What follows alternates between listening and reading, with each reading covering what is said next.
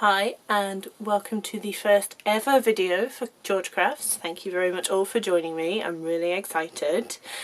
Today we are going to do a tutorial video and we're going to talk about crochet, the very basics, so for complete beginners. The first thing I'm going to do today is talk about equipment, so you know where to get started, because it's an awful lot easier to do any crafts when you have the right tools. So first of all, you're going to need a crochet hook.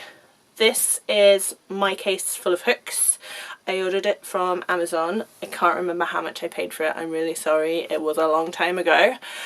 So I got the case and all of these hooks, and these hooks came with it. These are just ones that I also have. So crochet hooks come in a variety of sizes and styles and materials. Most of my hooks are made from metal. You can get obviously just plain white metal like this one, which is a size 4.5 hook. Or you can get all these lovely colours. So, as well as metal, people also make hooks out of bamboo, which some people like because they're not cold in your hands. Plastic, again, not cold in your hands, and you can get some really beautiful colours and designs. This hook that I have here is plastic. I don't use it particularly much because I have all these metal ones that I get on with, but it's really up to you kind of what material hook you choose. It's just completely personal preference. Neither one is better than the other.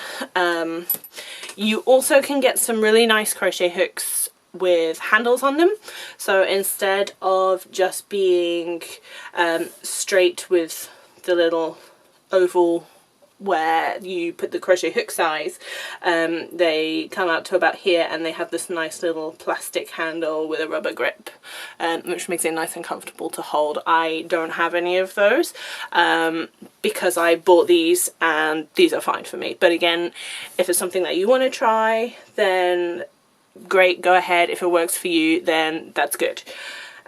There's no wrong way to choose a crochet hook. It really is down to what works best for you. So, apart from a crochet hook, you are going to need something to crochet with. That's the fun part. So, what is really nice for a beginner to learn to crochet with is a cotton, something like this Rowan.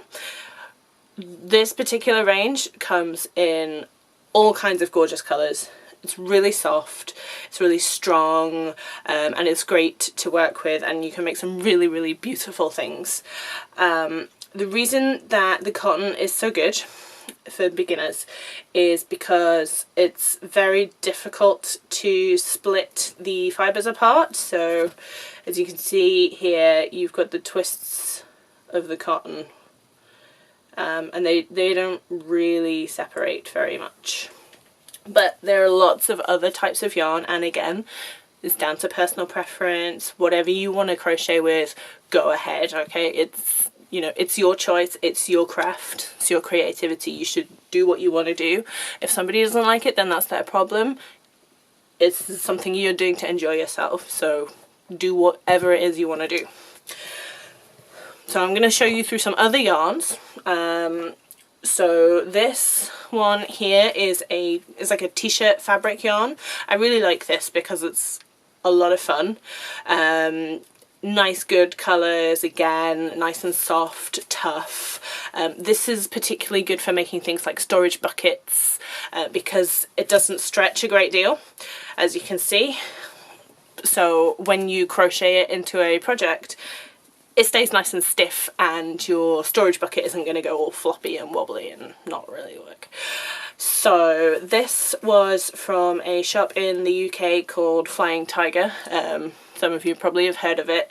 They do actually a lot of craft stuff, so definitely worth going in there for a look.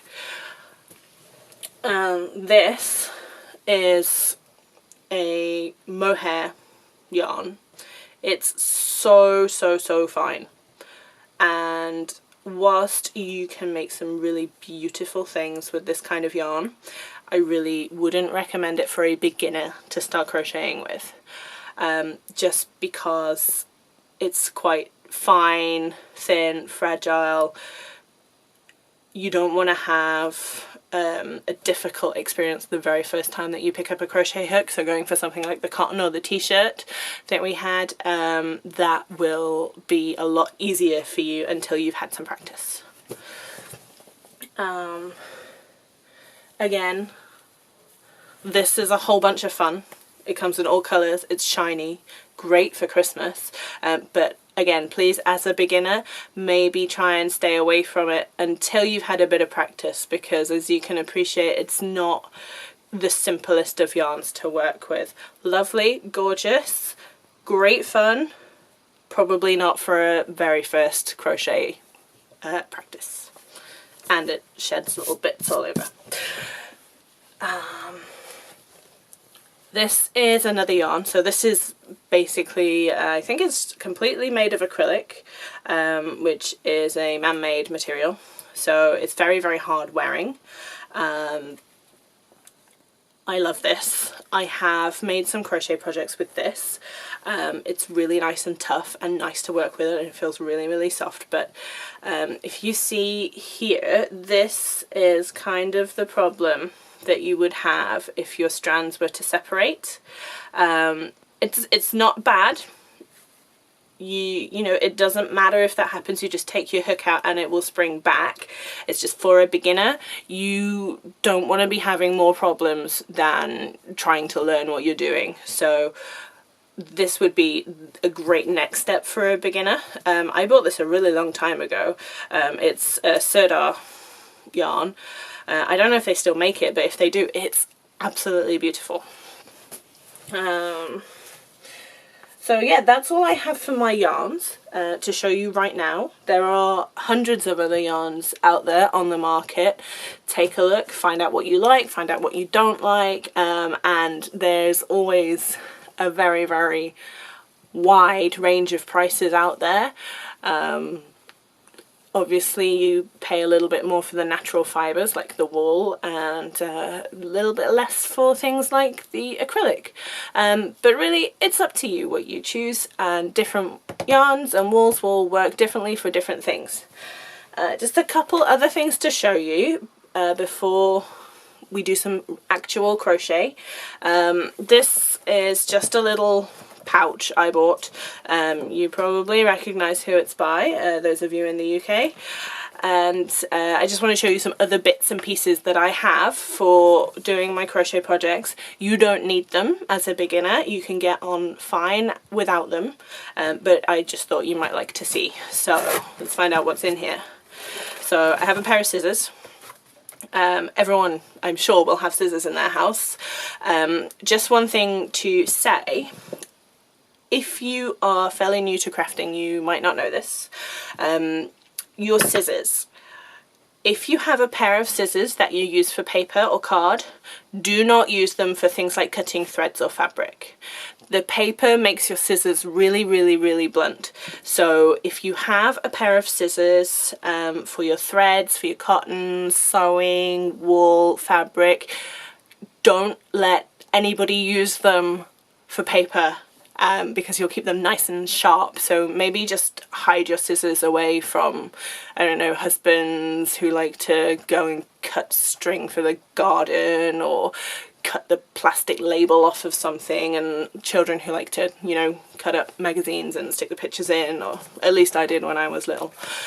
So scissors, tape measure, kind of important for when you're making projects, because sometimes they won't always say do so many rows of this or so many rows of that. They will just ask you to follow this pattern until the project measures a certain length. So having a tape measure handy to get practicing with when you're starting to build up with your projects is always a good idea.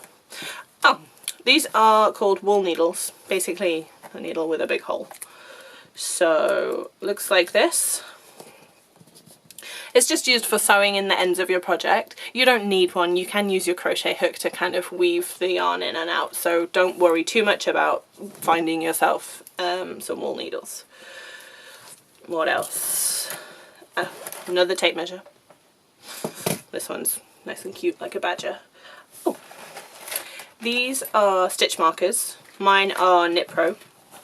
You can get stitch markers in lots of different designs. You can get little plastic ones that are just kind of a spiral, so you just wind them onto your stitch. I like these because I am quite clumsy and I know they're not going to fall off because they work kind of like a safety pin, so you just click them in and click them out and they're nice and secure when they are closed. You don't need these either as a beginner, or even as a non-beginner. You can just use spare bits of yarn from your stash just to mark your place, and I will show you how to do that in another video, so don't worry about it. And the only other things in here that I have, oh, another crochet hook. These are stitch counters, sorry, row counters. I tend to use these for sewing with. I don't tend to use them for crochet. And again, these are stitch holders, which again I use in my knitting, but I don't tend to use them in crochet. So that's all my equipment. The only other thing that I wanted to talk to you about today, some people like to learn from a book, some people like to learn from being taught by, you know, their mum, a tutor, going to a class, their auntie, their nana, anything, and some people like to watch YouTube videos. It really, you know, it's up to you how you learn, how you find it easiest. I would just like to share with you this book. It's Crochet the Complete Step-by-Step Guide. It's published by Dorling Kindersley. I have spent a lot of money on crochet books over the years because I tried to learn crochet. I learned knitting first, I tried to learn crochet, and I'm not gonna lie, I sucked so much. I tried time and time and time again to learn crochet and I just couldn't do it. I thought I am never ever ever going to be able to learn this. I bought books thinking I would be able to learn, and that book didn't work for me, so I bought another one. That book didn't work for me, so I bought another one, etc, etc. You get the idea. This book, I don't know what it is about it, but for me it just clicked. Suddenly I understood what people were trying to tell me. So if you're looking for a book to learn crochet with, this one is really, really, really good. It's, I just have a quick flick through. It's got some projects in here for you to try when you get a little bit more advanced. And at the beginning, it's got kind of step-by-step how-tos. So, for example, how to count your stitches, how to finish off, and then sort of a few projects to build on what you've learned before they go on to teach you the next thing. Okay, so it's really nice. Another nice thing about it is it uses photographs rather than drawing diagrams. Diagrams are great. I love diagrams, but with a photo you can really, really see what someone's trying to tell you about. So I think we will leave it here for this video, and we will do another video for the actual crocheting. I hope that was useful for you guys. One thing I would like to say is I am not paid to do this.